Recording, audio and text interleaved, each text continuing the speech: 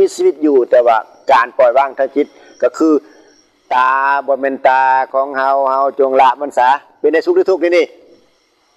สุขหรือทุกข์สุขหรือทุกข์คันจักสุขก็ฮู้จักนี่ปล่อยวางคันจักทุกข์ก็ตากูนี่แหละเป็นทุกข์เห็นบ่นี่ให้เข้าใจสั้นเพราะว่าในหลักของศาสนาบ่แม่นว่าให้ไปทับทิ่มหรือไปฆ่าหรือไปเฝ้าไฟหรือไปจ่อตาไปปาดหูบ่แม่นคือเอาจิตมาปล่อยมาวางอย่าไปยึดมั่นถือมั่นว่าของเฮาเอื้อนว่าเพราะความดับไปสิดับความยึดมั่นถือมั่นบ่แม่นดับฆ่ามันดับบ่แม่นเด้ตาบ่แม่นตาของเฮาจงละมันสายเด้นี่ดับบ่แต่มันบ่แม่นของเฮาได้ก็ของกูก็คักบ่ว่านี่มันก็เลยดับบ่ได้ดิบัดนี้มันก็เลยพอมีสิ่งนี้สิ่งนี้จะมีบัดนี้เพราะความดับไปสิ่งนี้สิ่งนี้ดับไปพอดับความคิดว่าตาบนตาของเฮาเขาสร้างมันได้บ่มาเนี่ยถ้าสร้างได้สร้างตาได้บ่อย่าฝ่าอย่าฟังได้บ่เป็นยังไงสร้างมันบ่ได้เบิ่งกระคักมันแม่นบ่แม่นกวดกาเบิ่งมาอีกตาหูดาวลิ้นกระใจสร้างมันได้บ่หน้าจะเหี่ยวจะย่นได้บ่เอาเงินจ้างมันยังบ่ฟังนะหมอผู้ใดขึ้นมาสิเก่งเถอะบ่ให้แก่บ่ให้เหี่ยวซั่นนะเก่งอยู่บ่เว้ยมันพ้นในตัวกันในสื่อดอกของดวงโลก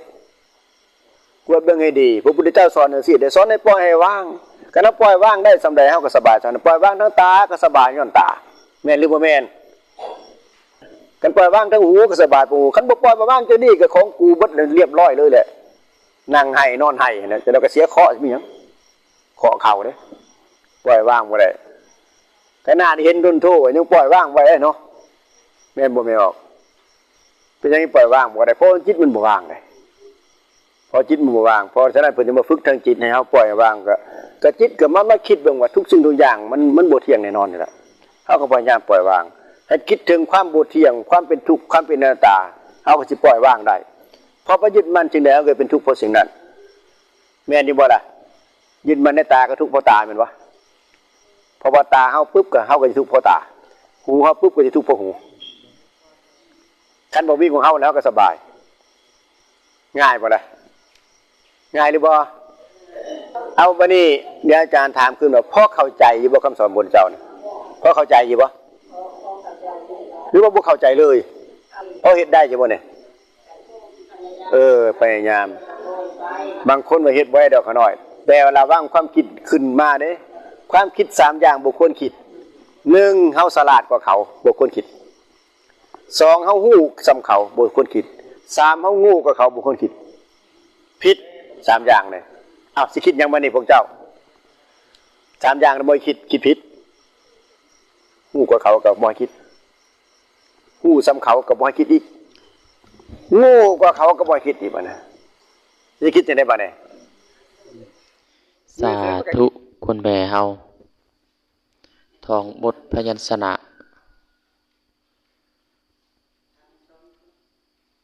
ยังเหลือ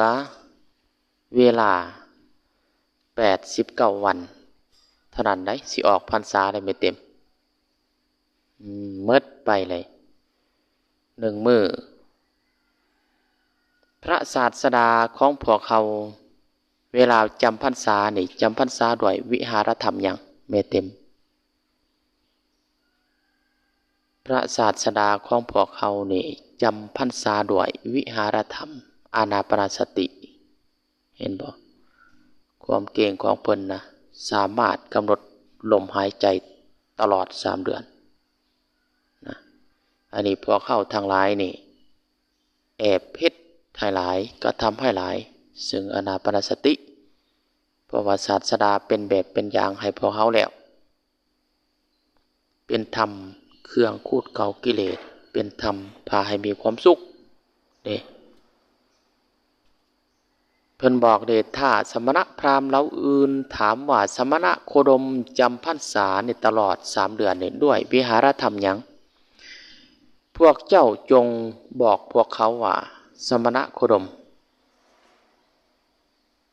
จำพรรษาด้วยวิหารธรรมซึ่งอานาปานสติ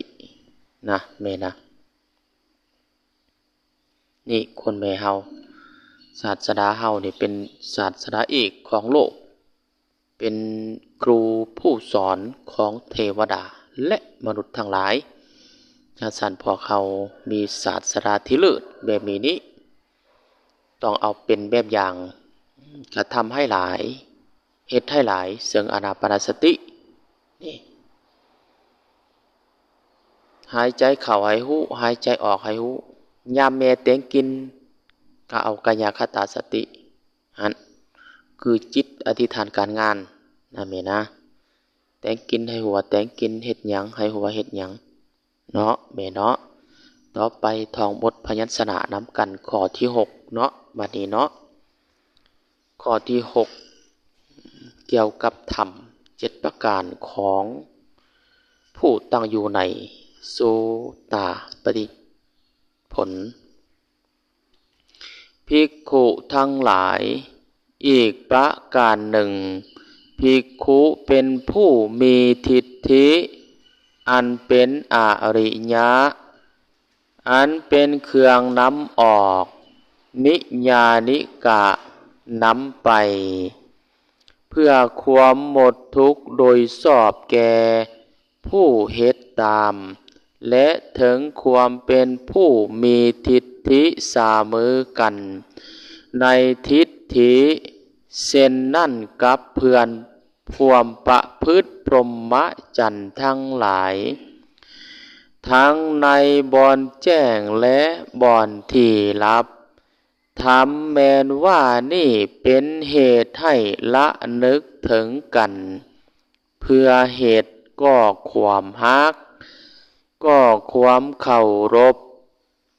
เป็นไปเพื่อความสงเคราะห์กันเพื่อบ่วิวาทกันเพื่อความพร้อมเพรียงกันเพื่อความเป็นอันหนึ่งอันเดียวกันภิกขุทั้งหลายทำ6ประการเหล่านี้แลเป็นเหตุให้ละนึกกันเป็นเหตุก่อความฮักก่อความเคารพเป็นไปเพื่อความสงเคราะห์กันเพื่อบ่วิวาทกันเพื่อความพร้อมเพรียงกันเพื่อความเป็นอันหนึ่งอันเดียวกันภิกขุทั้งหลายทิฏฐิอันเป็นอริยะอันเป็นเครื่องนำออกนำไปเพื่อหมดทุกข์โดยสอบแก่ผู้เฮ็ดตามเพื่อเป็นยอดยืดขุมธรรม6ประการเหล่านี้ที่เป็นเหตุให้ละนึกถึงกันได้นี่แม้นทำผ้าให้เกิดความสมัครคีเด้อแม่เด้ออ่านกลับไปกลับมาก็ได้ต่อไปอีกเด้อภิกขุทั้งหลายเปรียบเหมือนยอดเป็นบ่อนสูงสุดเป็นตัวยืดคุ้มของเหือนยอดเส้นใดทิฏฐิอันเป็นอริยะอันเป็นเครื่องนำออกนำไปเพื่อความหมดทุกข์โดยสอบแก่ผู้เฮ็ดตามก็เช่นนั่นเหมือนกันเป็นยอดยืดคุมธรรม6ประการเหล่านี้ที่เป็นเหตุให้ละนึกถึงกันภิกขุทั้งหลายก็ทิฏฐิอันเป็นอริยะอันเป็นเครื่องนำออกนำไปเพื่อความหมดทุกข์โดยสอบแก่ผู้เฮ็ดตามเป็นแนวได้หนอภิกขุทั้งหลายภิกขุในธรรมวินัยนี้ไปแล้วสู่ป่าสู่เงาไม้สู่เฮือนว่างก็ตามยอมพิจารณาเห็นดังนี้ว่าเฮาเป็นผู้มีจิตถึก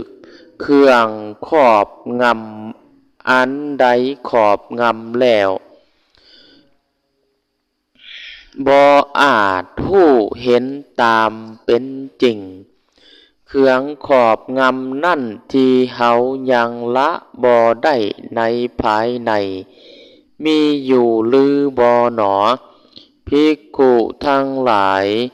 ถ้าภิกขุมีจิตอันกามราคะขอบงำหรือมีจิตอันพยาบาทขอบงำหรือมีจิตอันทินนะมิทธะขอบง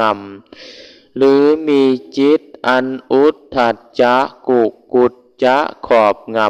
ำหรือมีจิตอันวิจิกิจฉาขอบงำก็ชื่อว่าเป็นผู้มีจิตถือขอบงำแล้ว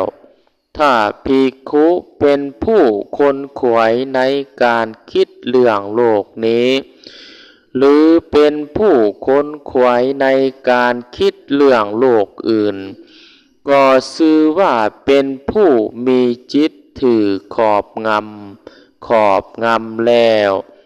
ถ้าภิกขุเกิดขัดใจทะเลาะวิวาทเสียบแทงกันและกันด้วยหอกคือปากอยู่ก็ชื่อว่าเป็นผู้มีจิตถือเครื่องขอบงำแล้วถ้าภิกขุนั้นยอมหู้แจ้งอย่างนี้ว่าเฮาเป็นผู้มีจิตถือขอบงำใดขอบงำแล้วบ่อาจหู้เห็นความตามความเป็นจริงเครื่องขอบงำนั่นที่เฮายังละบ่ได้ในภายในบ่ได้มีเลยหน้าต่อไปเด้อหน้าที่หนึ่งหน้าที่สองสี่เด้อเว้าแห่งน้ำกันจิตของเฮาตั้งไว้ดีแล้วเพื่อความตัดสาหุสัจจะธรรมทั้งหลายนี่คือญาณที่หนึ่งอันเป็นอริยะเป็นโลกุตตระบ่ทั่วไปกับพวกปุถุชนอันภิกขุนั่นบรรลุแล้วภิกขุทั้งหลายอีกข้อหนึ่งอริยสาวกยอมพิจารณาเห็นดังนี้ว่าเฮาเสพให้ทั่วถึงฝึกให้เจริญฝึกให้หลายเชิงทิฏฐินี้ยอมได้ความสงบเฉพาะตนยอมได้ความดับเฉพาะตนลือหนออริยสาวกนั้นยอมหู้แจ้งดังนี้ว่าเฮาเสพให้ทั่วถึงฝึกให้เจริญฝึกให้หลายซึ่งทิฏฐินี้ยอมได้ความสงบเฉพาะตน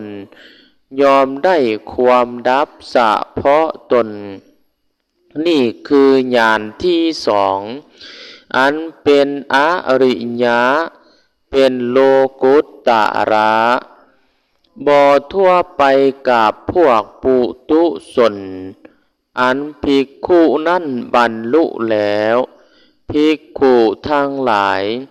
อีกข้อหนึ่งอริยสาวกยอมพิจารณาเห็นดังนี้ว่าเฮาเป็นผู้ประกอบด้วยทิฏฐิเส้นใดสมานะหรือพรามเราอื่นนอกธรรมวินัยนี้ที่เป็นผู้ประกอบด้วยทิฏฐิเส้นนั่นมีอยู่หรือหนออริยสาวกนั้นยอมหู้แจ้งดังนี้ว่าเฮาเป็นผู้ประกอบด้วยทิฏฐิเส้นใดสมานะหรือพรามเราอื่นนอกธรรมวินัยนี้ที่เป็นผู้ประกอบด้วยทิฏฐิเส้นนั่นบ่ได้มีคือนี่คือญาณที่สามอันเป็นอริยะเป็นโลกุตตระบ่ทั่วไปกับพวกปุถุชนอันภิกขุนั้นบรรลุแล้วภิ ภิกขุทั้งหลายอีกข้อหนึ่งอริยสาวกยอมพิจารณาเห็นดังนี้ว่า